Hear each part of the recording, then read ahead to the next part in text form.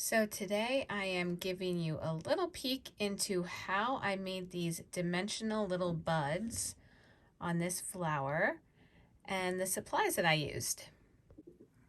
So these are pre-cut circles. Here, I'll take the little plastic thing off so you don't see the glare from the light. They are a Sue Spargo and a Wonderfil Specialty Threads collaboration.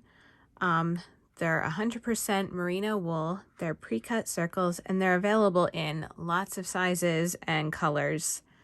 And they're really great because they come in long strips like this in several colors in the package. These are shorter than the full-size strip. Here's a full-size strip.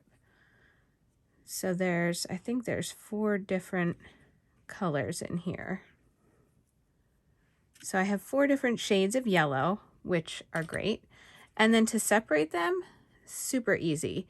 You can see they're kind of attached together, but just barely attached. So all you have to do is I just take my little thread snips and just snip them apart. Doesn't even affect the circle because they're just very loosely sewn together.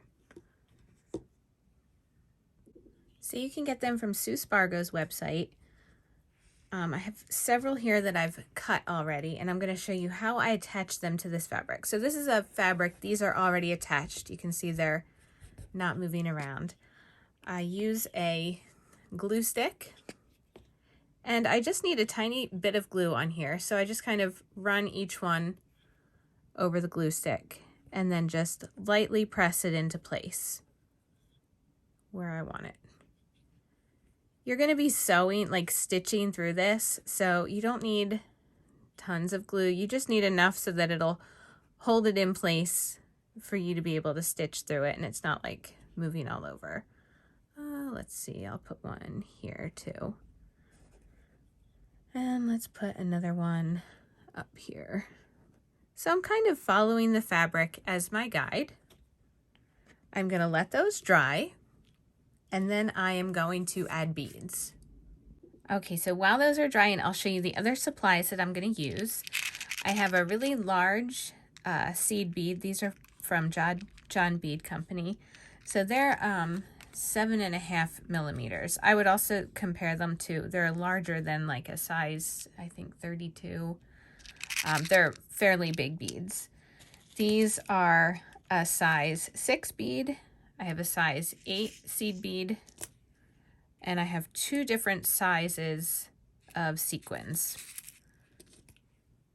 Okay, so I'm going to push all these to the side.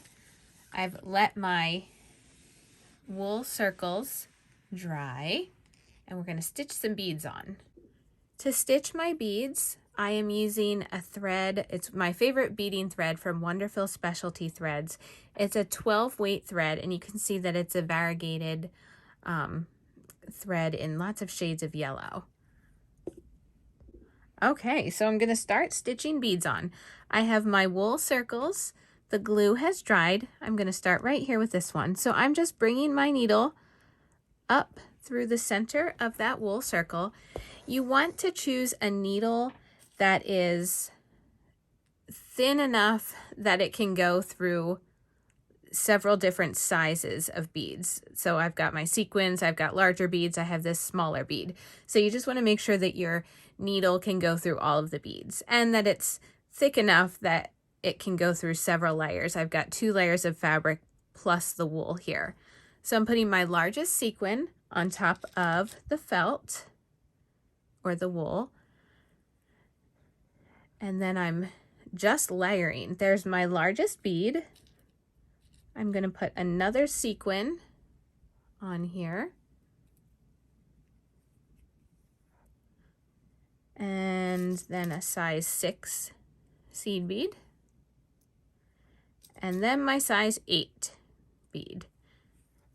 Now I'm taking my needle through all of these except for the very top bead. I don't want to go through that one. That one is going to secure everything into place.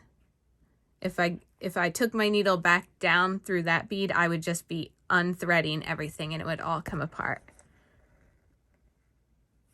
So you can see my bead. Here, I'll tilt it to the side. They're all attached with the size 8 bead on the very top, and that's holding everything in place. Let's do one more. Okay, so we're going to stitch one more on. We're going to stitch right here. So I'm bringing my needle up through the center of that wool. Now obviously this technique, because it's creating such a raised dimensional effect on your embroidery, this is being used for art. I wouldn't be sewing this many beads onto something that I would be wearing because it could catch on things. Oops, I wanted to put a sequin on this one first, so I'm just going to reverse that. So you have to think about what your piece is going to be used for. This is going to be art for display, so it's okay that I have lots of dimension on here. I don't have to worry about it coming off because it's just for display. I wouldn't want to do this technique on a quilt that's going to be washed a lot because there is the risk. It's a delicate stack of beads and sequins here. So perfect for art, not so great for something that you're going to wash and wear a lot. Okay, so I've got my last teeny tiny little bead on there. And now I'm taking my needle down through everything except for that top bead. Right down into the fabric. And I just pull it carefully through so that it doesn't tangle on the way down. You can see that's secure. Now I have lots of thread left. I would probably just jump to the next one, but to secure this, I am going to tie a knot in the back of my hoop with my thread. I use knots when I am adding beads to embroidery just to give it a little extra security in the back. And you can see I made a little knot there. That's fine. I'll cover that up and secure it. This is the back of your hoop anyway. So there you have it. Adding a stack of beads and felt or wool circles to add texture and dimension to your embroidery. If you have any questions about other ways you can use this type of embroidery or anything about beads, feel free to ask me in the comments and I will try to respond to you.